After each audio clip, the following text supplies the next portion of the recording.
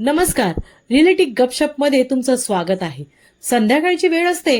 Kitchen मध्ये जेव्हा निकीची चांडाळ चौकडी उभी असते तिथे घनश्याम आणि सूरज तिथे येतात. पण सूरजचा गोलीगत अंदाज बघून वैभव आणि जान्हवी यांच्या चेहऱ्याचा मात्र रंगच उडतो. त्याच पद्धतीने आपण एकीकडे बघितलं की निकी आणि निखिल यांच्यामध्ये काही गोष्टी एकमेकांना पटत नसतात, त्याबद्दल ते डिस्कस करत असतात.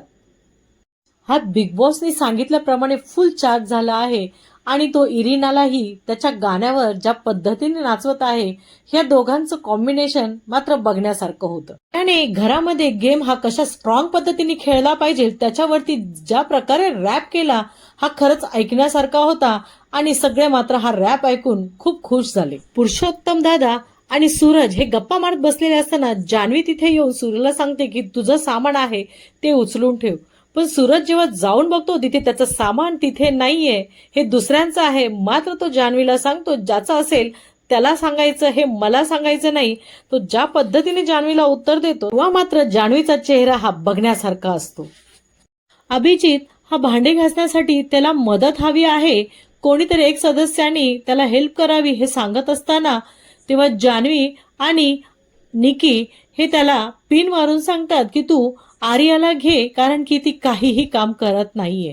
जेव्हा अभिजित आर्याकडे जातो आणि तिला हे सगळं सांगितल्यावर आर्याचा मात्र चांगला पाराच चढतो.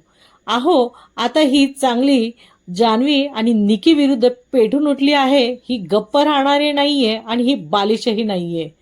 ती ज्या पद्धतीने ह्या दोघींना तोडीस तोड उत्तर देते तेव्हा मात्र जान्हवीचा चांगला थैथयाट होतो आणि निकीचे मात्र बोलतीच बंद होते. बघता बघता दोघींमध्ये हातापायी सुरू होते तेव्हा मात्र घरातील सर्व सदस्यांना मध्यस्थी करावी लागते.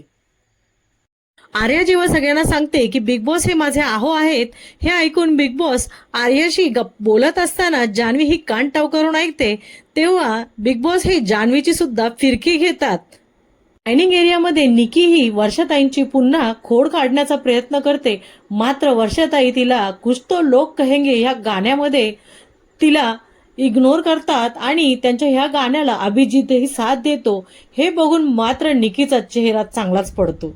रात्रीच्या वेळी निकी आणि जान्हवी हे पुन्हा एकदा वर्षाताईंची खोड काढायची म्हणून त्या जिथे झोपतात तिथे आम्हाला झोपायचं आहे आणि जान्हवी ही तिचा बेड सोडून तिला निकीच्या बाजूलाच झोपायचं असतं आणि त्या वर्षाताईंचा बिछाना काही टाकून देत नाही.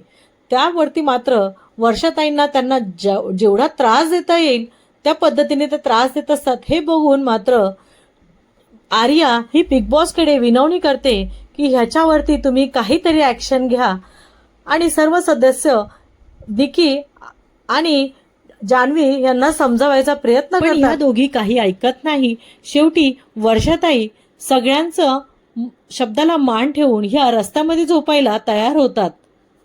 बाथरूम एरियामध्ये जान्हवी ही सगळ्यांना सांगते की मी मुद्दामहून वर्षाताईंना त्रास देत होते आणि त्यामुळे मी खाली झोपले. हे जेव्हा सांगते तेव्हा मात्र अभिजितला भयंकर राग येतो आणि तो सांगतो तुझ्या ह्या मजाकमुळे आम्हाला जायला यायला रस्ता नव्हता आणि आम्ही वर्षाताईंच्या बेडवरून जात होतो. हे बिलकुल योग्य नव्हतं. बॉसने सगळ्यांना लिव्हिंग एरियामध्ये बोलवून त्यांनी या आठवड्यामध्ये घराच्या ज्या ज्या नियमांचे उल्लंघन केले आहे त्याची पनिशमेंट म्हणून कॅप्टन्सी कार्य आणि कॅप्टनला भेटणारे जे पॉवर आहेत ते काढून घेतले आहेत. हे ऐकल्यावर निकी मात्र पुन्हा वर्षाताईंना टार्गेट करून हे तुमच्यामुळे झाले आहे हे सगळं सदस्यांना दाखवायचा प्रयत्न करते. मात्र यावेळी सर्व सदस्य हे निकीवर चिडतात आणि प्रत्येकाच्या चुका आहेत, ह्याच्यामध्ये एकाची चूक नाहीये हे तिला जेव्हा सांगतात चेहरा बघण्यासारखा असतो आणि वर्षाताईंना मात्र खूप आनंद झालेला असतो की सगळ्यांनी निकीला बोलायला सुरुवात केली आहे. बिग बॉसने कॅप्टन्सी कार्य रद्द केल्यामुळे घरामध्ये जो धिंगाणा होणार आहे त्याचे लेटेस्ट अपडेट बघण्यासाठी माझ्या चॅनलला लाईक करा, शेअर करा आणि सबस्क्राईब करा.